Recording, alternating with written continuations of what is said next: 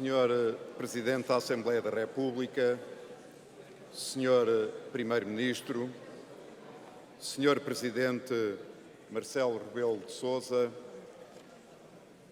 Senhora Ex-Presidente da Assembleia da República, Assunção Esteves, Senhores Presidentes dos Tribunais Supremos, Senhoras e Senhores Membros do Governo, Senhoras e Senhores Deputados, Senhoras e Senhores Membros do Corpo Diplomático, Excelentíssimas Autoridades civis, militares e religiosas, ilustres convidados, minhas senhoras e meus senhores.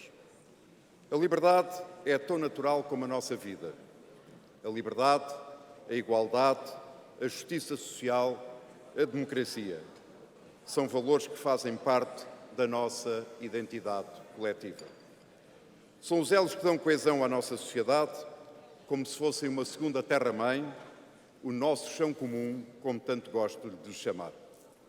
O ponto de partida, o 25 de abril de 1974, é de valor inquestionável. Reúne um apoio esmagador, intergeracional e de tão virtuoso que o assumimos como natural. Tão natural como o ar que respiramos. É o caso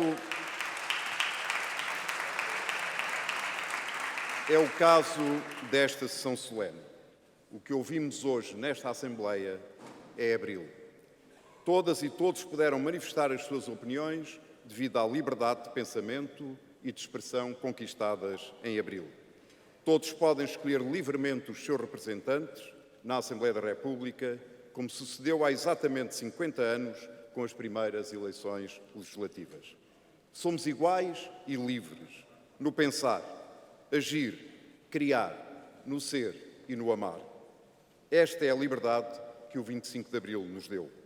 Cito José Zil quando diz que o discurso que pretende fundar a igualdade refere-se a um acontecimento universal, o nascimento. Com o princípio de todos os homens nascem livres e iguais. Ou nas palavras de Eugênio de Andrade, poeta e voz de uma geração que nunca desistiu da liberdade, não nascemos para ser servos, nascemos para ser cidadãos. De certa forma, o 25 de abril, em termos coletivos, foi isso. Um nascimento, o dia inicial inteiro e limpo de Sofia, onde todos nos sentimos livres e iguais. Na história portuguesa não há muitos momentos assim. Por isso, nunca é demais a evocação e o agradecimento aos capitães de Abril, a quem dirijo hoje uma saudação emocionada e um reconhecimento que nunca poderá ser suficiente. Deram-nos mais do que o fim da ditadura, deram-nos a liberdade de sermos nós próprios, de escolhermos o nosso caminho. Senhor Presidente, senhoras e senhores deputados, Isaiah Berlin lembrava-nos que a liberdade tem pelo menos duas dimensões.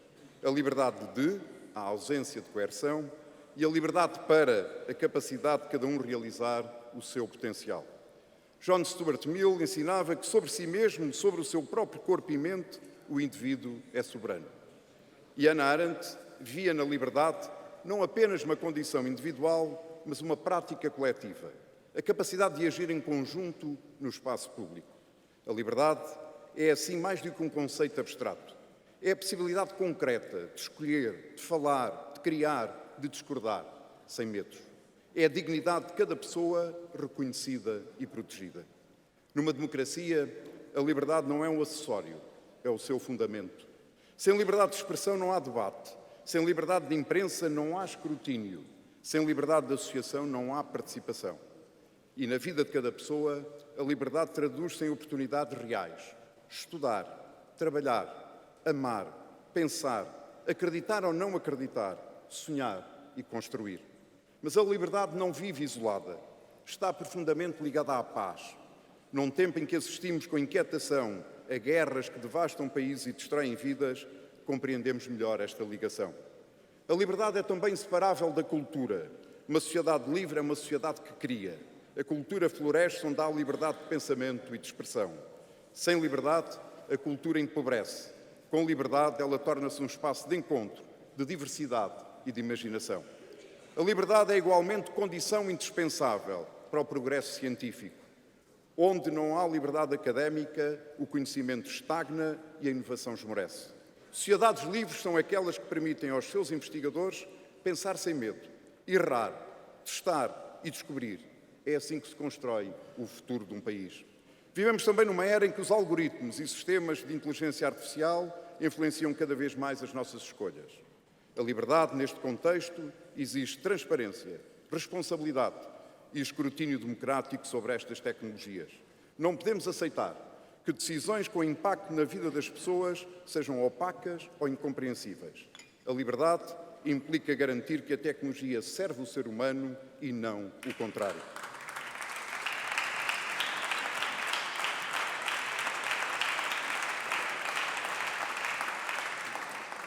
A liberdade também exige responsabilidade e instituições íntegras. Não há verdadeira liberdade sem transparência no exercício dos cargos públicos.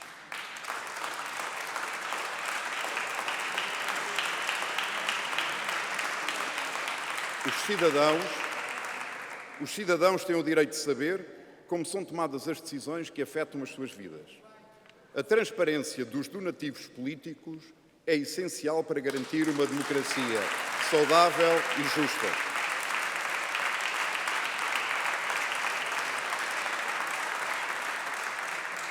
Quando o financiamento é claro e acessível, os cidadãos conseguem compreender quem apoia quem e com que interesses. Tornar públicos os donativos não é uma questão administrativa, é um compromisso com a ética e respeito pelos portugueses.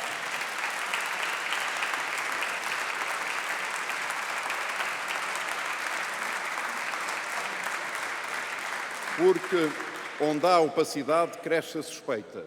Onde há clareza, fortalece a legitimidade. A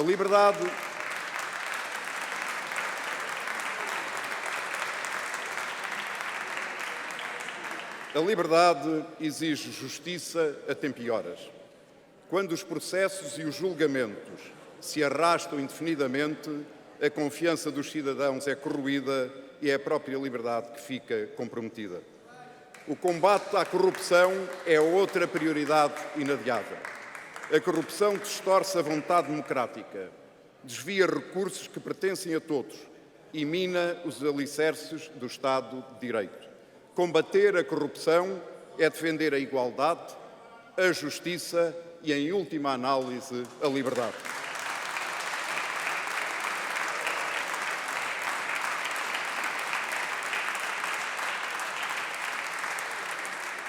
E não podemos esquecer, a liberdade é inseparável da dignidade material das pessoas. A pobreza limita escolhas, condiciona oportunidades e muitas das vezes silencia vozes. Quem vive na precariedade extrema não é plenamente livre para decidir o seu caminho.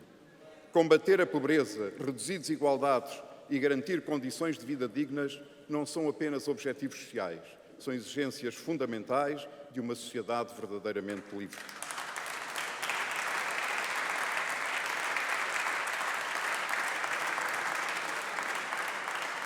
Livre e justa. E confesso mais uma vez a este propósito que tenho muita dificuldade. Tenho mesmo muita dificuldade em compreender que mulheres ganhem menos do que os homens no desempenho da mesma atividade pelo facto de serem mulheres.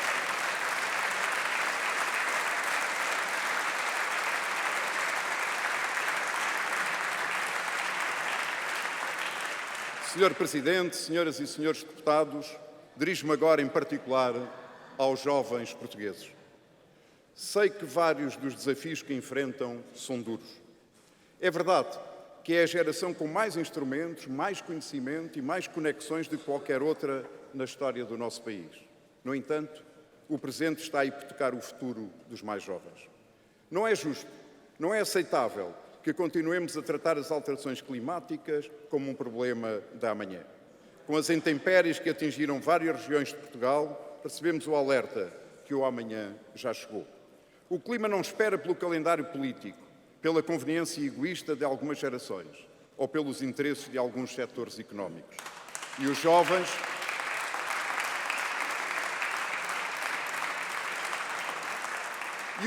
de hoje são os que melhores compreendem esta urgência e os que estão mais capacitados para a enfrentar.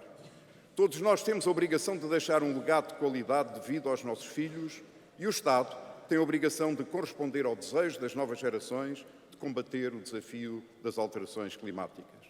Também não podemos esquecer ou deixar no silêncio outros fenómenos que surgem com maior incidência nas gerações mais novas, como é o caso da saúde mental.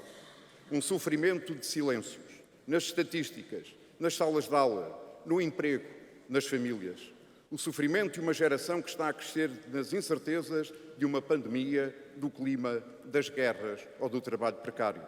Os governos não podem desprezar novas valências no Serviço Nacional de Saúde e é imperativo reforçar a formação e o investimento na saúde mental. A liberdade de hoje...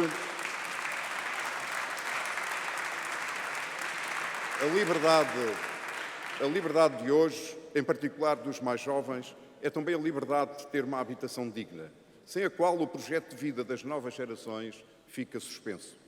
Temos hoje jovens que trabalham e aos 30 anos ainda vivem na casa dos pais por impossibilidade de adquirirem ou arrendarem uma habitação. Isto não é apenas um problema de mercado, é um direito que o Estado tem de salvaguardar, é uma exigência da liberdade.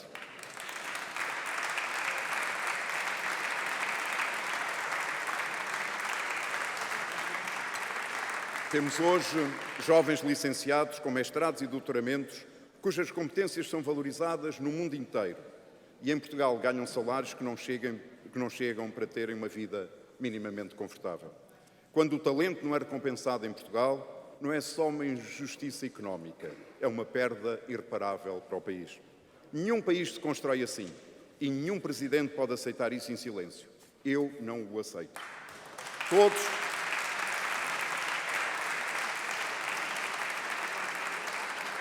Tudo devemos fazer para que os jovens encontrem em Portugal o lugar onde querem construir as suas vidas. Se Portugal deu novos mundos ao mundo, hoje temos a obrigação de dar novos mundos aos portugueses aqui em Portugal. Caros jovens, eu não venho pedir-vos que amem o 25 de Abril. Não tenho esse direito. Ninguém ama por decreto ou procuração aquilo que não viveu. Quero apenas dizer-vos de um modo simples: quando deixaste de ser obrigado a combater, ir para a guerra, foi Abril. Quando conduzes um carro e não precisaste da autorização do teu marido ou da família, foi Abril. Quando és mulher e viajas sem ter de pedir autorização ao teu companheiro, foi Abril. Quando optas por uma carreira de magistrado ou diplomata e és mulher, foi Abril. Quando a tua mãe e o teu pai foram à urgência e não lhes pediram que pagasses antes de ser tratada, foi Abril. Quando a tua liberdade apela a propor, participar ou assinar uma petição, foi Abril. Quando leste ou partilhaste uma notícia crítica do poder e ninguém te bateu à porta, foi Abril. Quando votaste ou decidiste não votar, sem medo de represálias, foi Abril.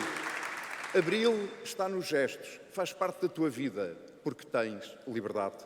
Mas há uma coisa que a minha geração aprendeu: a liberdade não desaparece de uma só vez. Desaparece aos poucos. Primeiro é uma lei que parece razoável, depois uma instituição que se esvazia por dentro, depois uma voz que deixa de se ouvir, depois outra. O perigo para a democracia raramente chega como nos filmes. É mais frequente afirmar-se com argumentos que parecem inofensivos e nos dias de hoje também com algoritmos. Sei que...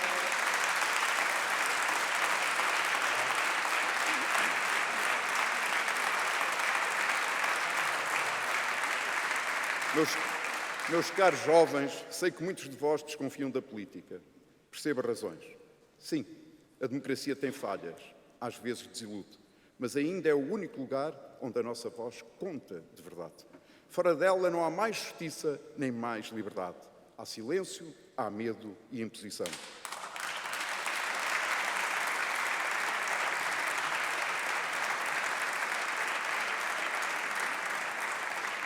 E se queremos uma política melhor, não é afastando-nos da política que a mudamos, é participando, tendo coragem para a transformar por dentro. Por isso, o meu apelo aos jovens é simples: estejam atentos. Quando virem um direito fundamental ser anulado, denunciem alto o que viram. Quando a intolerância esmaga a cidadania, espalhem o alerta, porque rapidamente a noite se apodera do dia. Quando ouvirem a palavra liberdade a ser usada para a restringir, defendam-na. Quando sentirem que o insulto substitui o diálogo, continuem a dialogar. Quando sentirem que a vossa voz não conta, não se calem, falem mais alto. Abril não precisa de guardiões solenes, precisa de cidadãos atentos, livres e com capacidade crítica. Senhor Presidente, senhoras e senhores deputados, a liberdade sente-se quando podem falar sem medo, quando os nossos jovens podem falar sem medo, mas perde-se quando o silêncio se instala por conveniência ou indiferença. A liberdade vive quando participam, mas enfraquece quando se afastam. A liberdade constrói-se quando escolhem, mas desaparece quando outros passam a escolher por vós. Está nas vossas mãos defendê-la nos gestos concretos do dia-a-dia, quando recusam a desinformação e procuram a verdade, quando enfrentam o discurso do ódio com coragem, quando participam na vida democrática, votando, debatendo, exigindo, quando não aceitam a corrupção como inevitável, quando lutam por igualdade de oportunidades para vós e para os outros. Não sejam espectadores da democracia, sejam protagonistas, não se dignem, não se calem, não desistam. Cada geração tem o seu teste, este é o vosso. Garantir que a liberdade não enfraquece, não recua, não se perde. Cuidar da liberdade.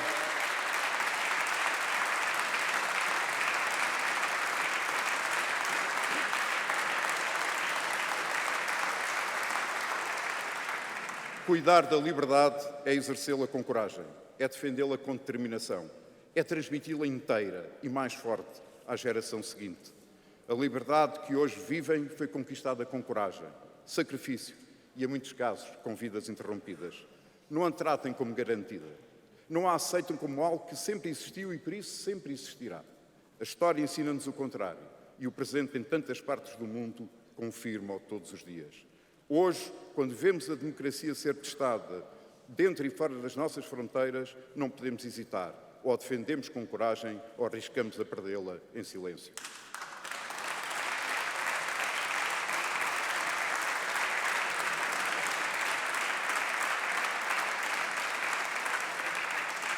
Senhor Presidente da Assembleia da República, senhoras e senhores deputados, tenho 64 anos. Tinha 12 anos quando o 25 de Abril aconteceu. Não o compreendi nesse dia. Fui compreendendo ao longo da minha vida. Nas utopias onde me envolvi. Nos direitos que conquistei. Nas batalhas que ganhei e que perdi. Nas pessoas que vi sofrer quando as promessas de Abril não chegaram a tempo. Sou Presidente porque esse dia existiu. Exercerei os meus poderes e tudo farei de forma a que valha a pena ter acontecido. É tudo isso que vos posso prometer e é tudo aquilo que Abril pede. Muito obrigado.